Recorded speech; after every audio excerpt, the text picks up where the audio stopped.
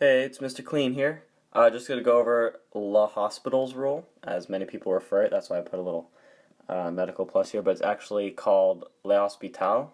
Not even that. What is it called? I don't even know anymore. I messed myself up. Anyway, basically, let's just figure out when we can use this rule before we even show you the formula or what the rule actually is. Let's just take a look at this real quick. Oh, sorry, I just got a text message. Basically, if you evaluate this limit with direct substitution, you plug in 2 on top and bottom, you get 2 squared minus 4 is 0, and 2 minus 2 is 0. So you would get 0 over 0, and that is considered to be an indeterminate form because 0 over 0 cannot be evaluated. So by simplifying, we'd take the difference of squares up top, this is easily recognizable, and then you'd realize that the x minus 2 cancel, and you would then use direct substitution once more, see if that would work, and basically it's the limit of x plus 2, which equals 4. So what the rule shows, basically, this isn't the rule, but this is just the mindset, kind of like a preview before we get into it. So I'm going to write the formula down real quick, and I'll explain what it means. Okay, so the rule is, and I finally think I figured out how to say it, it's Le Hopital's rule. Okay, forget it, never mind. But basically, what it is you, well, okay. You just take the derivative of the numerator and the denominator. So if we were to look at the previous function, you would take the derivative of x squared minus 4 and x minus 2. And then you would evaluate that. So, before we try a problem, let's just go over what indeterminate forms are because that's a key component in this lesson. So again, an indeterminate form is basically something that cannot be evaluated, like 0 over 0. You can't divide by 0. Other forms of indeterminate values are infinity over infinity. Think about it, you can't divide infinity over an infinity. It doesn't really make any sense. Same thing with infinity times 0. I know anything times 0 is 0, but when you're multiplying an infinite number of things times 0, it's indeterminate. Again, another one is infinity minus infinity. Again, difficult to kind of comprehend that. And 1 to the infiniteth, I guess, power. Another indeterminate form. It's not, you can't really simplify or evaluate that. 0 to the 0 power, oops, that's a 0, or now, okay, that is a 0, awesome. Again, another thing that is an indeterminate form, and infinity to the 0th power. You can't really take something that's infinity and raise it to a power of 0. It doesn't really make any sense. So knowing this, let's apply it to okay, the rule, the Hopital, crap, I can't say it anymore, oh my gosh. Basically, what we're going to do is look at this limit here, and if we do direct, evaluate this directly, we would get, since it's a limit that approaches infinity, you would get infinity times 0, and that we now know is in indeterminate form. So, another way you could write this limit is this. And when you write it that way, you would still get an indeterminate form value, or one of the indeterminate forms. So previously it was infinity times 0, now we got 0 over 0. So now using the rule, you can just take the derivative of the numerator and the denominator, and we would get cosine of 1 over x. And that would evaluate, that answer would be 1. So we get an answer by using the rule. When we have indeterminate forms, only when you have indeterminate form, you use this rule to see if you can get the answer. And if it doesn't work the first time, just keep going and going until you get a definite answer. Let's do a couple examples. If not, you don't have to listen, but I'll just go over a couple things. Okay, let's take a look at this example.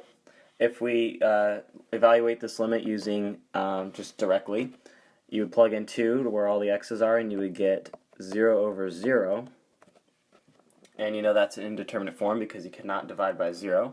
So using Hopital's rule, basically you would just take the derivative of the numerator and the denominator, and by knowing your derivative rules you should know that the derivative of x cubed is 3x squared, derivative of 7x squared is 14x, and derivative of 10x is just 10. And that is the derivative of the numerator, so the derivative of the denominator would just be 2x plus 1.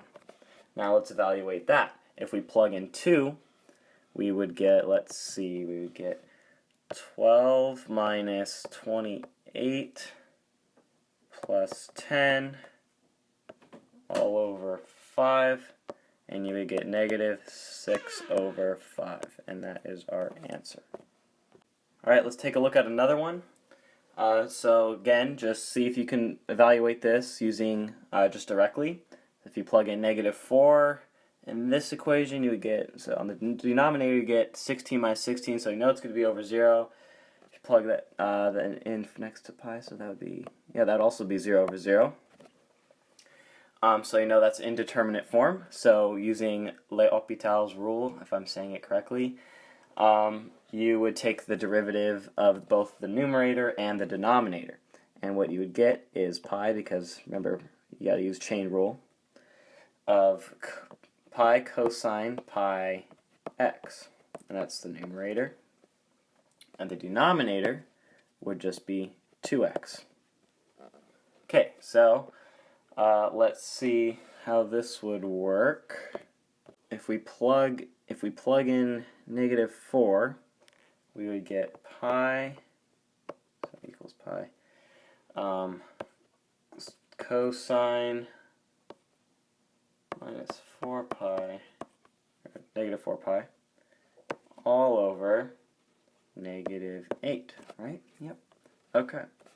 So your final answer would be pi over, I think the video just paused for a second, but if you missed that, basically just watch out for the negative.